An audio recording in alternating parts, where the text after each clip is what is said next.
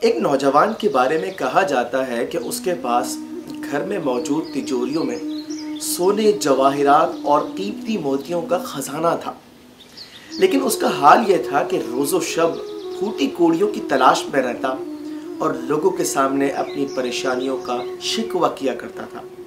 ایک دانا شخص نے کہا کہ اے نوجوان، جب گھر میں موجود تجوری کے اندر سب کچھ ہے تو پھر پھوٹی کوڑیوں کی تلاش کیسی؟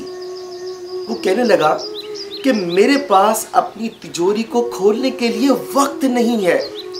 وہ دانا شخص پریشان ہو گیا اور افسوس کرنے لگا اور انتہائی تعجب بھرے لہجے میں کہنے لگا کہ یہ نوجوان کیسا شخص ہے کہ گھر میں سب کچھ موجود اور پریشانیوں کے شکوے شکایات ہیں۔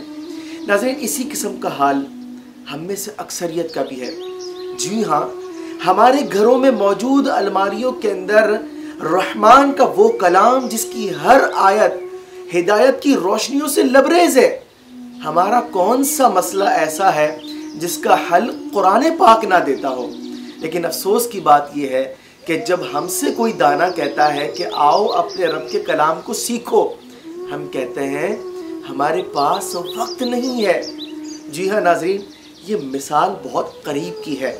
ہاں، جس طریقے سے اس نوجوان کے پاس پھوٹی کوڑیوں کو جمع کرنے کا وقت تھا، آج ہمارے پاس بھی سوشل میڈیا کے لیے ٹائم ہے، آج ہمارے پاس مختلف قسم کی ناولز پڑھنے کے لیے ٹائم ہے، آج وقت ہے فلموں کے لیے اور ٹائم شیڈول کے مطابق آنے والے ڈرامہ سیریل کے لیے، ویڈیو گیمز کے لیے، دوستوں کی گیدرنگ کے لیے۔